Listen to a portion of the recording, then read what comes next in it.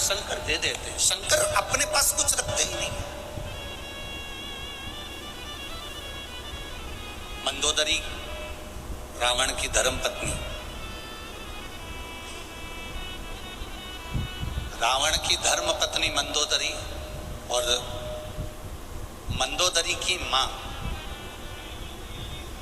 मंदोदरी की रावण की धर्म पत्नी मंदोदरी और मंदोदरी की जो मां है जिसका नाम है हेमा। क्या नाम है? जम के बोलो जरा। हेमा। मंदोदरी की माता जी का नाम क्या है? जम के बोलो जरा। हेमा। देखो, आप लोगों से खिलवाने का केवल एक कारण होता है कि आप लोगों को वो नाम स्मरण में बना रहे कि मंदोदरी की मां का नाम क्या था। तो मंदोदरी की मां का नाम क्या है? ये शिवजी की परम उपासक थी और इसका जो पति था मय दानव, मंदोदरी का जो पिता था मय दानव, ये बहुत असुर प्रवृत्ति का। अब हेमा का नियम था, मिट्टी लाती, उसमें माखन मिलाती, गाय का दूध मिलाती, थोड़ा सा गौ माता के गोबर को मिश्रण करती और उसमें थोड़ी सी भस्म मिलाकर मिट्टी को तैयार करती और हेमा शिवजी के शिवलिंग का निर्माण करती। जरा बहुत ध्यान देना, ये कथा शायद आपकी जिंदगी को बदल दे। हेमा का नियम, मंदोदरी की माता जी का नियम था, मिट्टी को लेकर आना, गाय का गोबर मिलाना, भस्म मिलाना और उसमें थोड़ा सा माखन मिलाना और मिलाकर उस मिट्टी को फेंट कर उसका शिवलिंग का निर्माण करना। शिवलिंग का निर्माण।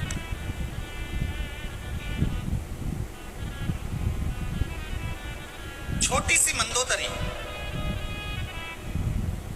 और मंदोदरी ने एक दिन अपनी माता जी से पूछ लिया था, मां अप्सरा थी है मां?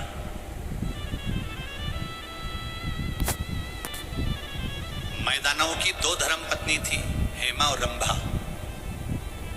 हेमा और रंभा दोनों अप्सरा थी। अब मंदोदरी भी बड़ी सुंदर थी। तो एक दिन मंदोदरी ने अपनी माँ से पूछ लिया, माँ तू मिट्टी लाती है, मिट्टी में माखन मिलाती है और माखन मिला के उसमें भस्म मिलाती है और उसमें गाय का गोबर मिलाकर तो मिश्रण कर कर पार्थिव लिंग का निर्माण करती है। माँ, इस पार्थिव लिंग के निर्माण का फल क्या मिल सकता?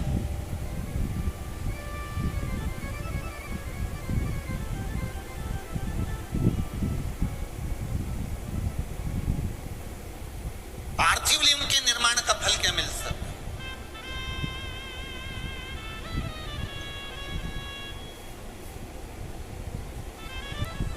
हेमा ने कहा कि मंदोदरी तू क्या चाहती है वो बता, तू चाहती क्या है वो बोल।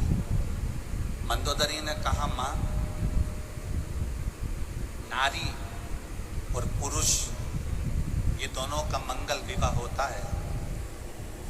नारी पहले जाती है, पुरुष पहले जाता है, ये तो किसी को नहीं मालूम, जो भाग्य में लिखा होता है वो होता है। नारी पहले जाएगी कि पुरुष पहले जाएगा ये किसी को नहीं मालूम। मां, जो ललाट पर लिखा हुआ होता है, जो पूर्व का कर्म करा हुआ होता है, उसी के अनुसार पति पहले गया कि पत्नी पहले गई, ये ललाट पर जिसके जो लिखा होगा, जो कर्म की गति लिखी होगी वो उसके साथ होगा। पर मां, मैं इतना पूछना चाहती हूं, क्या नारी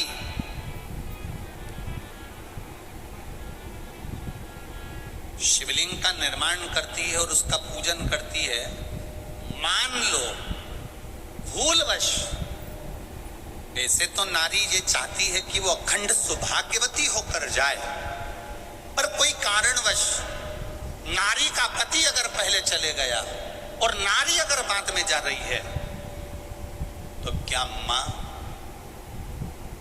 शिवलिंग के निर्माण का कोई फल उसको प्राप्त ने कहा, मैदानों की पत्नी हेमा अपनी बेटी मंदोदरी से कहती है, सुन मंदोदरी, पूरे आस्था चैनल पर जितने सुन रहे हो, जितने फेसबुक यूट्यूब पर सुन रहे हो, जितने लाखों की संख्या में इस दतिया में श्रवण कर रहे हो माँ पीताम्बरा की गोद में, ध्यान से सुनना। माँ हेमा अपनी बेटी मंदोदरी से कहती है, मंदोदरी सुन, शिवलिंग का निर्माण करने वाली नारी मान लो पहले चली गई तो अखंड सौभाग्यवती तो होती ही है, पर मान लो कर्म की गति के अनुसार अगर पति पहले चले गया और नारी अगर मान लो बेधव्य भी हो जाती है, तो हेमा कहती है वो नारी का जब अगला जन्म होता है तो वो 7 जन्म तक कभी विधवा नहीं होती है। 7 जन्म तक नारी वेधव्य धारण नहीं करती है। हेमा अपनी पुत्री मंदोदरी को कह रही है।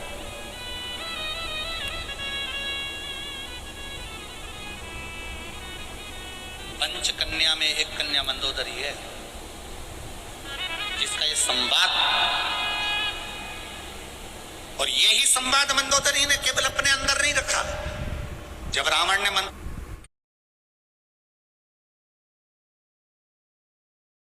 जी का हरण कर कर लेकर अशोक वाटिका में रख दिया।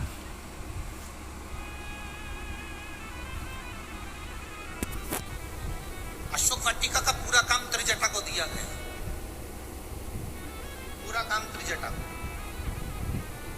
और आपको कथा में कहा था, भी छत्तीसगढ़ की कथा में, तिल्ला नेवरा की कथा में कहा था कि पूरी दुनिया में सारी देवियों के पूजन होती है, पर त्रिजटा जैसी असुर, त्रिजटा जैसी राक्षसी की पूजन काशी में साक्षी विनायक के मंदिर में आज भी होती है। शिवजी ने त्रिजटा जैसी राक्षसी को भी अपना काशी का निवास दिया, उसकी भक्ति के कारण, उसके विश्वास के कारण।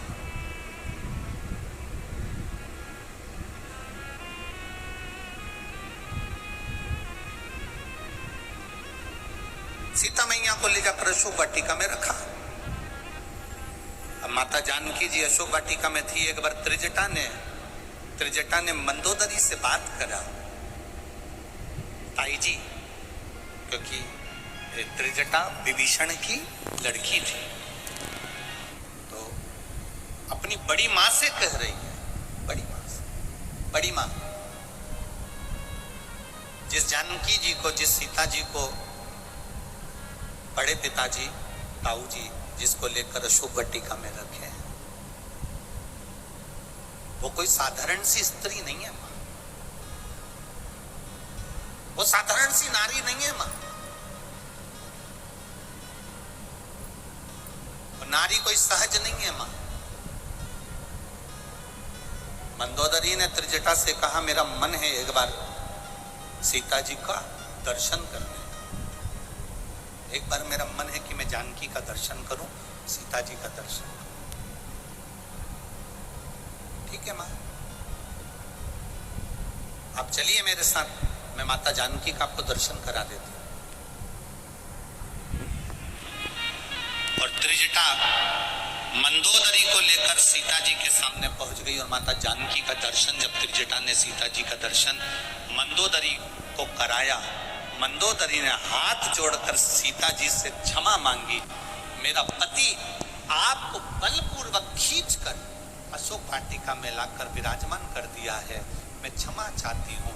मेरा पति, उसने जो गलती करी मेरे को उसके लिए क्षमा। जानकी जी ने कहा, कोई बात नहीं, सबकी अपनी अपनी कर्मगति होती है मंदोदरी। मंदोदरी ने कहा,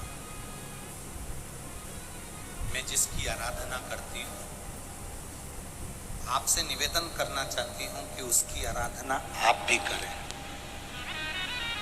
मंदोदरी कह रही है कि मैं जिसकी आराधना करती हूं उसकी आराधना आप भी करें, और जिस दिन आपकी आराधना का फल पूर्ण हो जाएगा, मेरे देवाधिदेव महादेव आपको स्वयं राम जी से एक बार मिलवा जरूर देंगे, ये निश्चित है। आपकी आराधना का फल जब पूर्ण हो जाता है, अभी आपको कहा कि माँ पीताम्बरा की गोद में बैठकर कथा सुन रहे हो, दतिया में बैठकर कथा सुन रहे हो, अधिक मास के महीने में कथा सुन रहे हो, श्रावण के महीने में कथा सुन रहे हो, ये आपकी भक्ति का बल जब प्रबल हो जाएगा। लोग कहते हैं गुरु जी ऐसा शिव महापुराण में क्या है कि लोग पंडाल में बैठ के कथा सुनते हैं और उनके मनोरथ पूरे हो जाते हैं। शिव महापुराण में ऐसा ये पत्र तो हम लोग बहुत कम पढ़ते हैं, ये जितने पढ़े हैं, अगर इन्हीं हम कहते, मीडिया वालों को भी हमने कई बार कहा कि ये पत्रों में सबके मोबाइल नंबर है, इन पत्रों में सबके एड्रेस है, इन पत्रों में सबका पता लिखा हुआ है। आप कभी मौका मिले तो इन पत्रों को पढ़कर उनके घर भी जा सके। एक पत्र और देखिए कितना सुंदर लिखा किसी।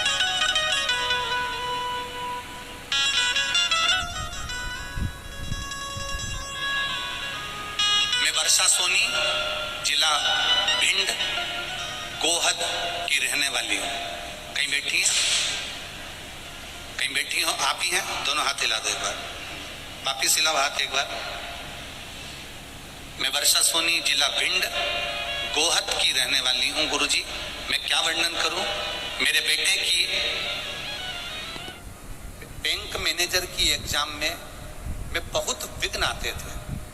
कभी 1 नंबर से रह जाता, कभी 2 नंबर से रह जाता, कभी 3 नंबर से रह जाता, उसका नहीं हो पाता था। बहुत परेशान थे, उसकी हिम्मत टूट गई। मेरा बेटा मुझसे कहता है मम्मी सब करा धरा रह जाता है, कोई मतलब नहीं है, अब एग्जाम नहीं दूंगा। मुझे उसका दर्द नहीं देखा गया। मैंने उससे कहा तू एक काम कर, वो सीहोर वाला महाराज कहता है सारी समस्या का हल एक लोटा जल। तो एक काम कर कि शिव जी के मंदिर में जाकर जल चढ़ाना प्रारंभ कर। मेरा बेटा कहता है माँ जल चढ़ाने से कुछ होता है क्या? एक बार कर तो, और अगली बार जब एग्जाम दे तो बेलपत्री में शहद लगाकर शंकर को चढ़ाकर जरूर जाना। सीहोर वाला महाराज कहता मेहनत पूरी करना, कर्म पूरा करना, और उसके साथ में एक शहद की बेलपत्र जरूर लगा कर जाना। मैंने मेरे बेटे से कहा, एग्जाम का टाइम आया, बेटे ने दिन रात पढ़ाई करी और मैंने उसके हाथ में बेलपत्र दी, वो लगा कर गया। गुरुदेव मैं बाबा का क्या वर्णन करूं, मैंने जो आपने शहद वाला बेलपत्र का प्रयोग करा था वो करवाया। आज मेरा बेटा बैंक मैनेजर के पद पर लग गया है, इसलिए मैं बाबा को यहाँ प्रणाम करता हूं। ये शिव तत्व है। एक बार हाथ हिला दीजिए, हर हर महादेव। बैठिए। शिव तत्व की प्राप्ति इसी को कहते हैं, औखड़ी